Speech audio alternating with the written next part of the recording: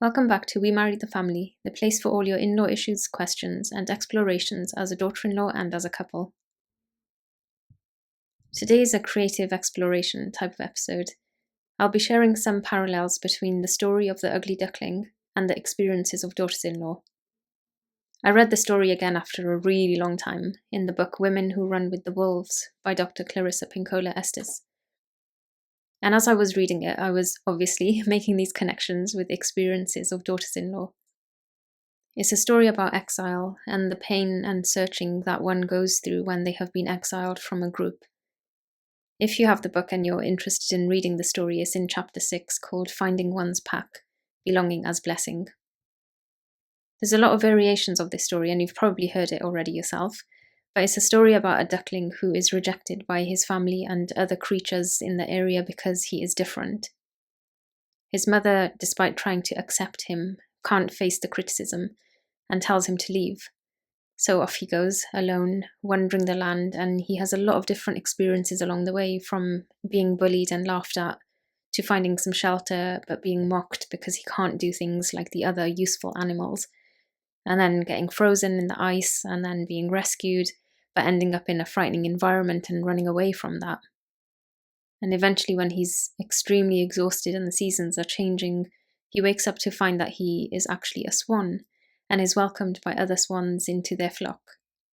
I'm going to be going into more detail about the different experiences through this episode. To start off with, the ugly duckling, based on his differences, faces rejection from his mother, his family, and the community. They mock him and they bully him because he's not like them. Similarly, what we see across cultures is that from a young age, a girl who is different in her demeanour, her looks, and her personality to what she is expected to be will often be ridiculed or told off. She's told to be good, to be quiet, to listen to what others say that she should be doing and not doing. And this continues as she gets older, even after she's married. And throughout her life, she's told to be less of herself and more of her other. This other, in quotation marks, is packaged to her as the ideal girl or ideal woman or ideal daughter-in-law. Someone who conforms and looks like everybody else. Someone who does what's expected and keeps other people comfortable and happy, usually at the expense of herself. And if she doesn't do these things, then she receives negative reactions and responses. And sometimes she'll internalize others' responses and ideals rather than questioning or challenging them. So she internalizes this rejection from others and starts to reject herself. There's a few sentences that I want to share from the author which really struck me because it shows how destructive parts of our culture really are. She says, "The most destructive and cultural conditions for a woman to be born into and live under are those that insist on obedience without consultation with one's soul, those that force women to choose between soul and society, those where there is no delight in things that are new and different, and where curiosity and creativity are punished instead of rewarded, where the soul isn't recognized as a being in its own right." And our culture is guilty for treating millions of women in this way. Coming back to the story of the ugly duckling, at the beginning, the mother duck can sense that something is different about this egg even before it hatches, and about the bird when he does come out of the egg. But she initially doesn't give in to her doubts or to others' comments and criticisms. She tries to mother this creature that is different. She tries to ignore the parts that she finds unsightly. She thinks, okay, it can swim, so that's good enough, so she goes along with it, until she can't. Some South Asian women and daughter-in-laws across cultures will experience this. Their mother or mother-in-law has an idea of what kind of woman this girl will be. She wants to believe that she'll be the same as others.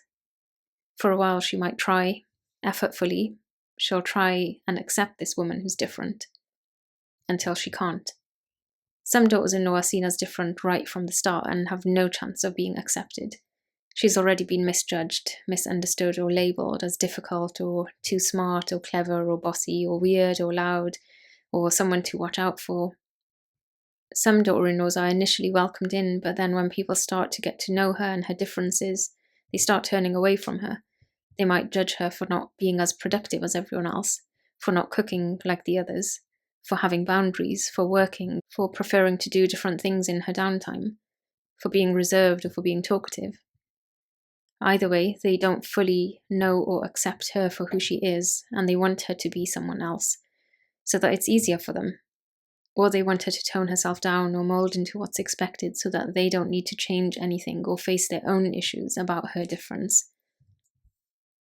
This is probably something that's experienced by every daughter-in-law that I've worked with. They'll say things like, they want me to be perfect, they want me to listen to them, their acceptance is conditional, they want me to fit the mold, they want me to stop doing XYZ or start doing XYZ. They being the in-laws, or the husband, or both. Chances are that this daughter-in-law might have had experiences like this in her early childhood as well, or it might be the first time that her uniqueness is squashed because growing up her parents actually cherished her for her qualities and encouraged her to be herself. But now, in this new environment, she's rejected for who she is. Sometimes she'll lose who she is because she's compromising herself to fit in. When you're trying to be someone you're not, you're trying to become like others, you're trying to fit into places where you don't belong. These are indications that you might not have realized your own worth. It's like the swan who's trying to be a duck when she's a completely different creature. A daughter-in-law who is spending day after day, month after month, year after year, trying to mold into expectations or live up to expectations that are starving her soul, hasn't been properly taught or supported to be herself by their own mother or the internal mother. She'll feel pressure from outside and from within to conform to cultural ideals of what a daughter-in-law should be, so she makes herself small, unseen, and unheard. The author writes, though her soul requires seeing, the culture around her requires sightlessness. Though her soul wishes to speak its truth, she is pressured to be silent. And this can't be any more true for daughter-in-laws, particularly in the South Asian culture. And it is really, really difficult because how does she show her uniqueness in a place that doesn't really want her, but wants a specific version of her? Or in a place where people ridicule her true self, where others don't understand her or value her and instead they bully her and pick on her and ostracize her? Ask yourself whether your family or your in-laws really know who you are. What parts of you are not accepted by the people that you live with, and whether you accept those parts of yourself. What do you do when your personality and the quirks and differences show up in front of other people? Like, how do you feel about that? Ask yourself what are the things that make you unique, and have you even recognized them for yourself, let alone celebrated them? As the ugly duckling carries on, he's trying to find his place. He's confused, frightened, alone, and he goes into an old woman's house where there's a cat and a hen, where both the cat and the hen have a role. They provide something of use for the woman. The cat catches mice and the hen lays eggs, and they question the duck's use. Why is he here if he's not contributing anything, if he's not of any value or use? And he feels belittled and judged and ashamed, and so he leaves. Some environments are like this for daughters-in-law, where you're only as good as what you can provide and produce. If you can serve, work, cook, clean, look after parents, have children, give your time, your energy, and your body for others, then you're acceptable. It doesn't matter what you love or what you want, because that won't serve the family. When you've been exiled, either by others or through your own choice, you might find yourself latching on to things with a deep yearning for what you're missing and what you need. Something or someone to give you love, acceptance, and approval. And because of this, you might end up being in repeated cycles of harmful relationships and behaviors. This could be cycles of self-sabotage, self-neglect, relationships where you're just never good enough, where you're judged and criticized and bullied.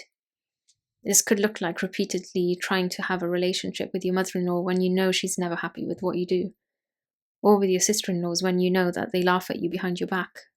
You might give and overgive, neglecting your own needs and giving up parts of who you are, so that this time, maybe they'll be happy. Maybe now they'll like you. Sometimes a daughter-in-law will get up every morning and step into her costume for the day, trying to belong and fit in. She'll look in the mirror and, with full awareness of it, she'll look into the eyes of a woman that she doesn't know anymore. It's extremely sad that women lose their spark like this. They lose the energy for life. And to me, this is the slow death of a woman. When the winter comes, the ugly duckling gets frozen in the ice, and there are creatures there that see him, but instead of helping him, they just laugh at him, leaving him there to freeze to death. You might have people like this around you who see that you're struggling, but they add to your pain instead of helping you. I see this in situations where a daughter-in-law will express to her husband what's going on for her, and he'll tell her to stop being dramatic and stop overreacting. Or if she speaks to friends, they might tell her that it's not that bad, like surely you can hang in there. These are people who are likely also living within the confines of cultural conditioning. For women especially, it's like there's an acceptance that we're all freezing in this ice, so just do what we're doing. Or a hopelessness about change, like no one makes it out of here alive anyway, and if you want to be warm, you're just asking for too much. When you're freezing and you're cut off from your inner fire and your emotions, you're encouraged to move. Your soul needs warmth that's generated through movement. This could be writing, drawing, singing, running. Often people are led to more of these creative pursuits in their darkest and coldest times. These are the ways that your soul is continuing to move.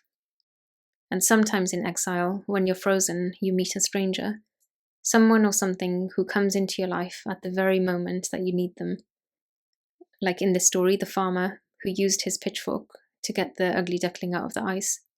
For you, it could be a message from a friend, or a symbol or phrase in a dream, or a sentence in a book. And even though the ugly duckling escapes the chaos of the farmer's house, this was a lifeline to continue on his journey. So as the year goes on and he becomes exhausted from everything that he's been through, he takes a rest. And when his eyes open, he sees swans approaching him. Because of all that he's been through, the bullying, the rejection, the fear, creatures trying to attack him, mock him, he's scared, thinking that this is where his life ends, that there's no way that he's going to be able to face up to these creatures. This is a reflection of adverse experiences and trauma on a person. As a daughter-in-law, if you've had unpleasant, negative, abusive and traumatic experiences, they will have an impact on your mental, emotional and physical health. They'll impact your outlook on life, your perspective on people, and on your own sense of self. You might develop negative self-talk through the internalization of the rejection that you received from others. You might become doubtful, develop a negative self-image, become hopeless about the future, anxious and fearful. Sadly, this is how we lose the gifts and vibrancy of so many women, either because they're changing themselves to belong in places and with people that are harmful to them, and because of the impact of those harmful places and relationships. Even when you are in a safer place away from the previous experiences and people, months or years later, you can still have palpitations and nervousness, flashbacks, and think in worst-case scenarios. This is the impact of trauma. It takes time to build yourself back up from this, but it's massively facilitated by being in safe spaces with safe people. When the ugly duckling realizes his own beauty and who he really is, and the other swans show him affection and warmth, he finally sees that this is where he belongs. There's a process that you go through of accepting your own differences. When you are in a place of safety with people who nourish you and lift you up, you also start to learn to see and love the parts of you that other people previously didn't. With the duckling finding his place at the end of the story is also another way of seeing how our environments impact us for the better, and the power of being in a group that can see you and love you for who you are. This type of warm acceptance is so healing, and it's really important that you keep seeking places and people that bring this to you, that bring the conditions that facilitate your self-development and self-love. As a daughter-in-law, this is where it's important to find people, even one person, who supports you. It might mean moving out of the harmful environment, or leaving a harmful relationship to then reconnect with yourself and find something better.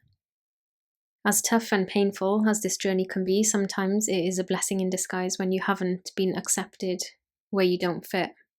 The author writes that it is worse to stay where one doesn't belong at all than to wander about lost for a while and looking for the psychic and soulful kinship one requires. It is never a mistake to search for what one requires. Never.